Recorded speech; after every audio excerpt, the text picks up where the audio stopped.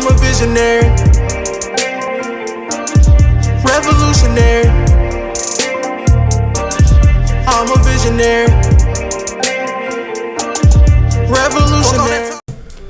What's going on, WBP TV family? It's your boy KB the motherfucking Mark, and I am here with Miss Quinn. This is a short edition of the WresyleRamble. Please be sure to like the video, subscribe to the channel, push that notification bell to stay up to date so you won't miss out on any more uploads or any more wrestling videos. But once again, we are here with Miss Quinn. Camille Salamander's out on holiday. There ain't no holiday, but he's out on holiday. Miss Quinn, how are you doing? I'm good, KB. How you doing? You know, I'm good. Can't complain. Cannot complain.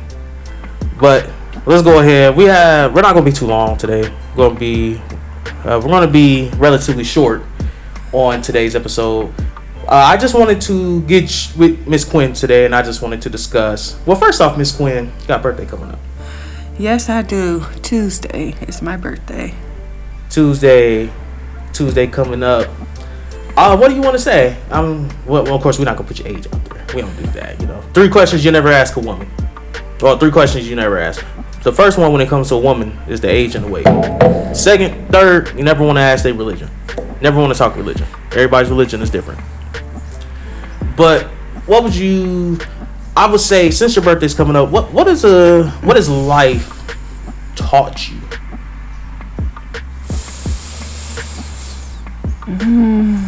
Don't take things for granted. Be grateful for what you have. And don't compare your life to others. That's it for me. As I've gotten older, I've gotten more wiser. And, you know, your parents always tell you when you're young, you'll understand one day. So, Mom and Dad, I understand now. Well, hey, you know, it's always funny looking back and your parents will tell you, you'll get it one day. And you're like, will I get it one day? Will I? And you get to that point, you just remember everything they said. You're like, I got it. Adulting's not always fun. However, there's a lot of perks to it.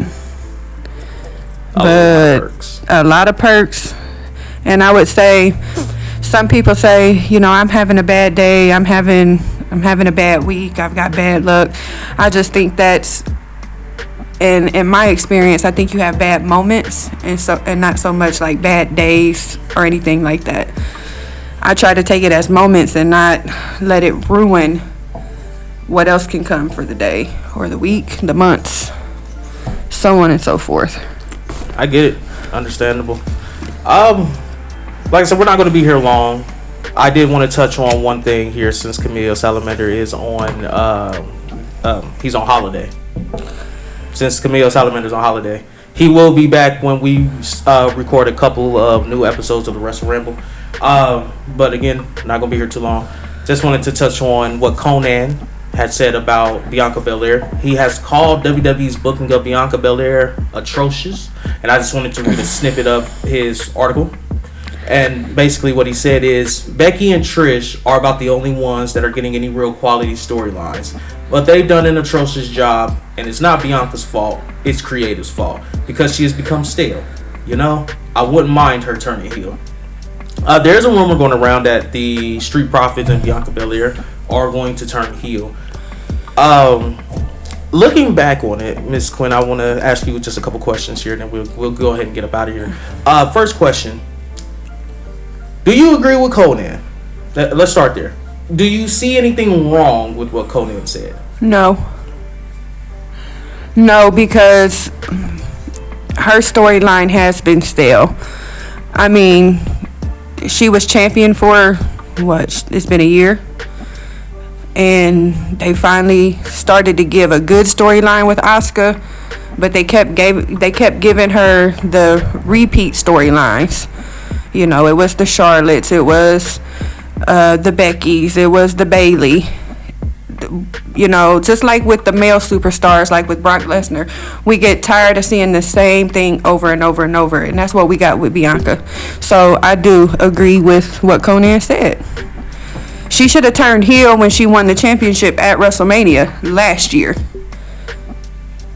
We would have got a good heel run with her, just like, with Roman. His heel turn in the bloodline. I think we would have got that with Bianca. I definitely agree. I guess my issue would be, and I've been preaching this, even when Salamander was like, no, she's fine. And I just kept saying, you're going to eventually run into the problem of, and I believe we ran into it now when Asuka beat her, what was that, Night of Champions? Mm-hmm. We run into the problem of when it's time for her to lose, who does she lose to and how does she lose? And the loss has to be just as good. I always go back, you can go back to the Evolution storyline when Batista won. You can go back to when John Cena won, when he beat JBL for his first world title. You can even go back to the arc of Hangman and Kenny. How, years long storyline, and you built up this mega heel, and the person who beats the mega heel is on the same level of them as a mega baby face. Mm-hmm. But that, to me, that wasn't Asuka. And it's like, well, Asuka, she was a heel, and I get that, but she wasn't presented as a monster heel. Mm-mm. I will give them credit for the creative finish, but the problem is when you use something too much, and they use the Miz too much to me in the feud with Bianca and Asuka. So I feel like they had to reach into their bag for such a creative finish. But my problem here is that you're going to turn her heel, but she lost. She didn't win. She didn't lose clean. To me, that doesn't make sense. Mm-hmm. Well, what are your thoughts? Because I know we talked about it briefly, but what are your thoughts on just how she lost? I didn't like it. I didn't like the finish because how she lost was, Asuka went to spray the mist. She ducked and she missed, but she took the mist and rubbed it in her eyes. So that technically to me wasn't even a clean finish for me, because Asuka cheated the win. Technically, you gotta call it how you see it. Now, was the match good? Yes, it was, but the finish wasn't an all finish. It wasn't that all finish like Brock and Cody's finish, I hated the finish to that one too. Me too. It wasn't, they built up this, that even with that storyline, they build it up and then the finishes are never clean. But back to Bianca. Her finishes and her matches have been clean, but her losses have been dirty. I mean, and I get that, and I get that from a booking standpoint of like trying to protect her. But my thing is, if you plan on turning her heel, to me, a heel turn isn't justifiable off of a Bianca Belair dirty loss. I think it would have been more beneficial if she had lost clean, and then because her gimmick is I'm the EST, I'm the best, the fastest, the smartest, the strongest, the toughest. Yeah, the toughest. So if she loses clean and she can't pinpoint how she lost to Asuka, and you just run with Asuka was just a better wrestler that night, it would drive her into a sense of madness to where she would snap, and then you get the heel turn. I mean, but if you're going to go with Asuka winning, by heel tactics, which I don't mind because that's she's a heel. That's what I expect heels to do. It just doesn't fit the Bianca Belair arc of her heel turn. To me, I could be wrong. I want to touch on a couple of other things that Konnan said.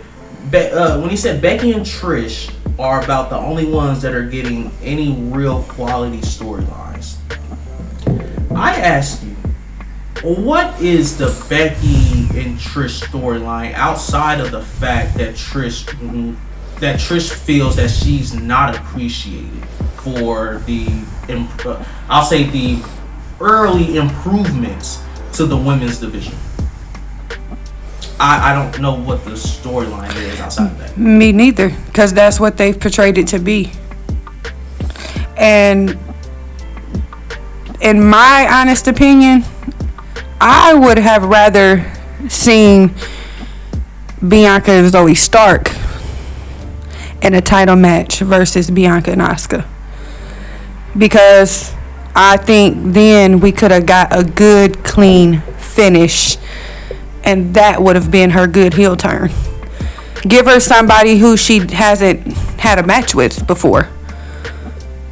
Well, the question is, are they going to really strap the rocket to Zoe? I think they are. My thing is, are you going to bring Zoe up to beat Bianca? Now, I say the perfect candidate for this, if she was still with the company, would have been Mandy. Oh, yeah, absolutely. Like, if Mandy was still with the company, that would have been the end-all, be-all. Bring up Mandy Rose, bring up Toxic Attraction, and Toxic Attraction takes the belt off of her. And then I wouldn't mind a dirty finish there, because it's Toxic Attraction, it's Mandy Rose, and you kind of could have just did it on the spot. Bianca Belair's got a mystery opponent. Who is this mystery opponent going to be? Next thing you know, you hear the Toxic, and then boom, oh my gosh, it's Toxic Attraction. That would have been good too, because that would have been Toxic Attraction having the tag belts. Yeah, it would have been a nice little group to have on the main roster. But just going back to the Becky and Trish storyline, I feel like this is going to be one of those storylines where the matches are going to tell the story instead of the story being told, and then the match is happening. And I don't know if that's a good thing or a bad thing, because I guess the overarching person that we're waiting on is Lita, and we don't know where Lita is throughout all of this.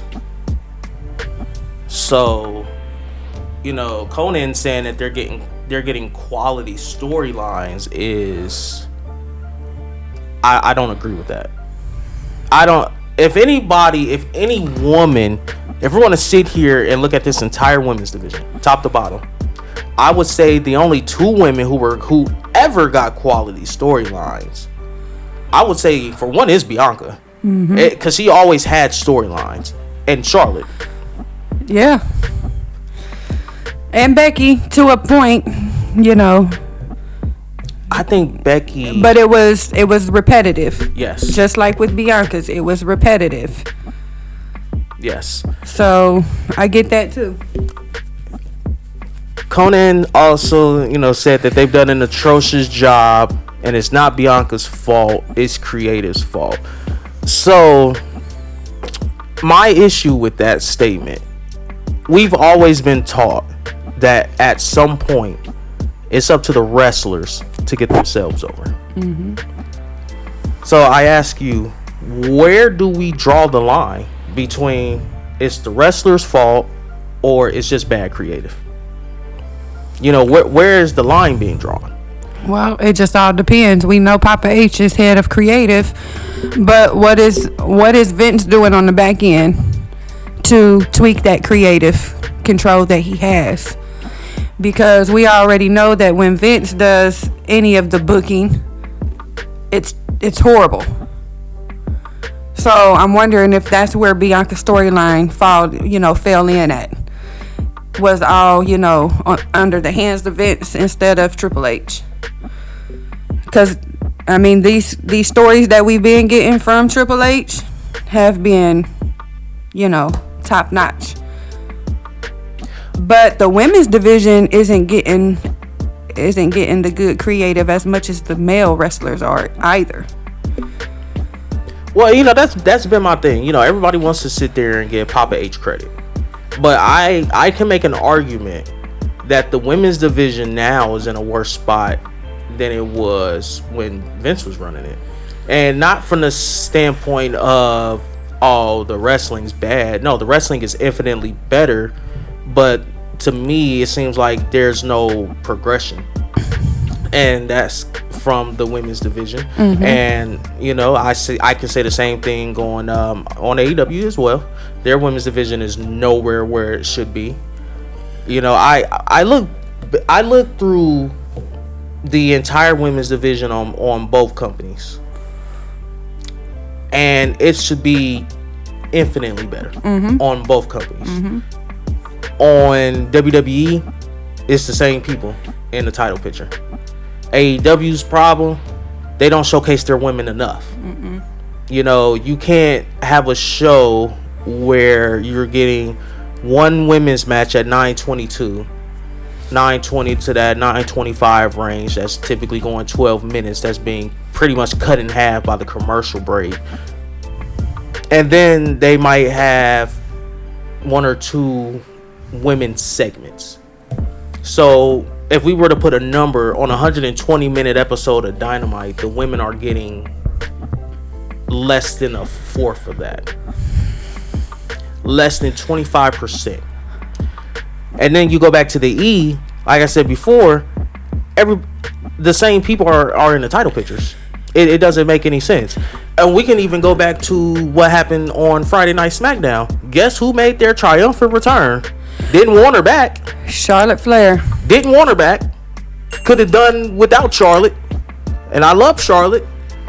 But why is she in the title picture? And then they're bringing... You know what really pisses me off? They're bringing her back as a babyface. And the first thing she said in her promo was, I created the line. If that's a heel thing to say. That's what I expect heel Charlotte Flair to say. I skipped the line. I created the line. She calls herself the Opportunity. Everything about Charlotte Flair screams heel. You know, in my opinion, the woman wrestler who has technically the best storyline right now is Rhea Ripley. Yes. Rhea has the best storyline right now. Oh, I definitely agree. I mean, her and Dom can pretty much do no wrong. And but that's the thing though. So and they're not using her. No, not enough. There isn't enough Rhea. Which is sad though, because I was looking at Lacey Evans had a qualifying match. Was it Friday or was it last Friday? I want to say it was last Friday. She had a qualifying match.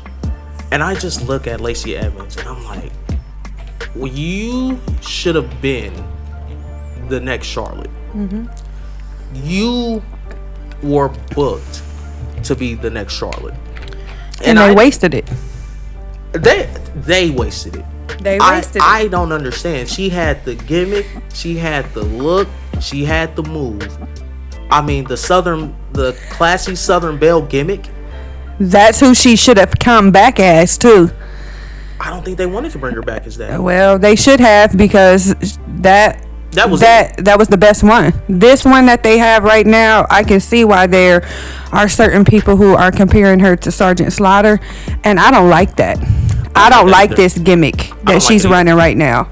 And she's come back, and the last time she came back before she returned this time, they made her look weak. Yes. You know, I'm all for my heels being heels. Kid in the stands, jump at him, make him scared. Kid with a sign, rip it. I'm all for that. Let my heels have fun. What I don't like, what I can't stand, and what I will not stand for is a heel playing, being a heel to like a special needs kid. And that's exactly what she did.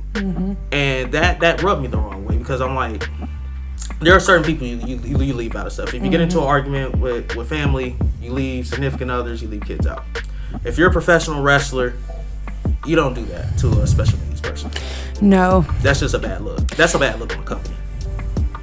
And I get it. You want to sit there and be a heel. That's not the time to be a heel. Just like the alcohol that MJF threw on a kid. Like, you can't do that. You don't do that. And my thing with that is I will have to go back and look. Did he take I know he threw it in the kid's face. Did he sniff it first, or did he take a drink first? I don't remember. I can't remember if he sniffed it or he drank it first. But either way, if you sniffed it and it smelled like alcohol, you should have never done it. If you tasted it and it tasted like alcohol, you shouldn't have done it. There was no way around that. No way around it. Bianca Belair becoming stale. That's what happens when you build up a baby face to be unbeatable. But that's my problem with WWE. That's my problem with Camille Salamander's company. Because they repeat history like they didn't learn their lesson the first time. What happened when you built up Super Cena? When he lost, the loss didn't mean anything. Bianca's loss to Asuka, it didn't mean nothing. It didn't mean anything. Because if it would have meant something, she would have turned heel right then and there. Yes. And then I guess what? Like I said, I'm gonna give them all the credit in the world for the creativity of the finish. Asuka spitting the mist on her hands and rubbing it in her eyes. That's great. I don't like when I see a babyface outsmart a heel, and then said babyface still loses. She outsmarted her. She ducked the mist. That should have been it. You know what? I would have rather preferred her roll her up and hold the tights. Hold her tights. Then I'd be like, dirty finish. It doesn't really add to her turning heel, but I get it. I get it. It would have been a little bit more of a cleaner finish. Yeah. It would have been a little bit more of a cleaner finish because you ducked the major thing. You ducked the mist. But I don't know. I can't wait for the next one because this Aubrey Edwards and Karen Jarrett, I'm ready to talk about that on the next one. Oh yeah, we definitely gonna talk about that. That's definitely coming up on one of the next Wrestle Rambles. But we wanna just wrap it up here. Bianca Belair, her heel turn. Montez Ford, Angelo Dawkins, the Street Profits turning heel. I have been an advocate. Me and Salamander, originally starting with Salamander. Salamander's been an advocate for the Street Profits turning heel, aligning them with Booker T, or aligning them with MVP and bringing back an even new and improved Hurt Business. My thing is, if you're going to break up the Street Profits, the question that I ask is, who do you turn heel? Who turns on who? I say it's really like a catch-22 because if you do Tez turning on if you do Tez turning on Dawkins, it's obvious. We see it. But there's a longer shelf life in a Montez Ford heel run than an Angelo Dawkins face run. But if you go Angelo Dawkins turning on Montez Ford, how much of a babyface shelf life does Montez have as a single star? And I'm not saying he can't put it all together, but I'm just speaking of right now. What's the better shelf life? A heel Montez or a babyface Montez? Because I'm just gonna keep it 100. With the way they do tag teams, Angelo Dawkins won't last that long. He's seen as the Marty Jannetty of the group. I don't agree with that. I think Angelo Dawkins is a great singles competitor. I think he should be a mid-card champion the same way with Xavier Woods. But he's looked at as the Marty Jannetty. So I ask you, Miss Quinn, where do you go? Ted's heel turn or a Dawkins heel turn? My opinion has always been a Tez heel turn. And I like Angelo Dawkins as a babyface single competitor. I think he would flourish and get up there with the, Xavier Woods, the Austin Theories. If he was given the chance, he could do that. Because we've seen him in action as a singles competitor, and he's shown that he can do it. But Montez Ford would be a better heel than babyface. Because if Bianca turns heel, Tez is automatically going to turn heel.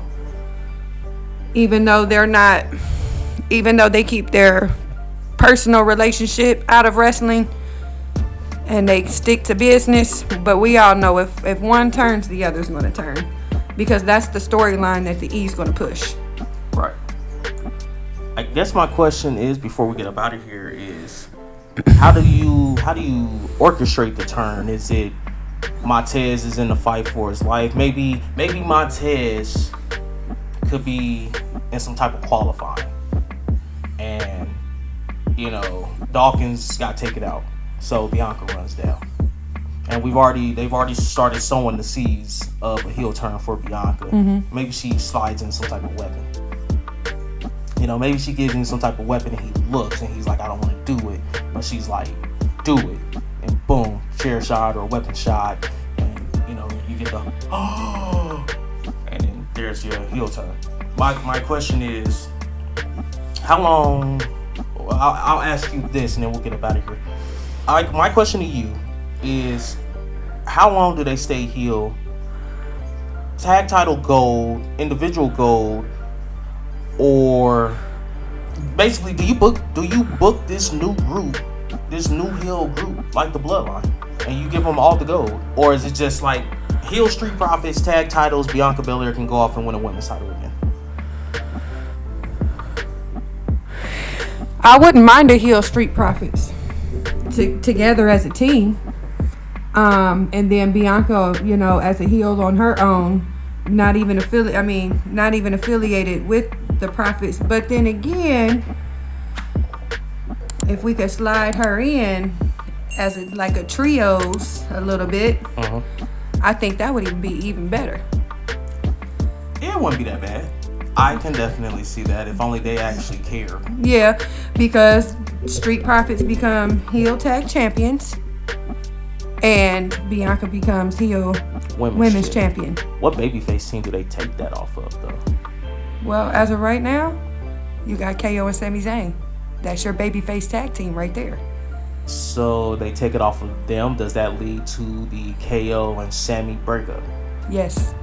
Because I've been hearing a nasty little rumor. Me too. That politics might lead into them losing, and they might put these tag titles on in this year.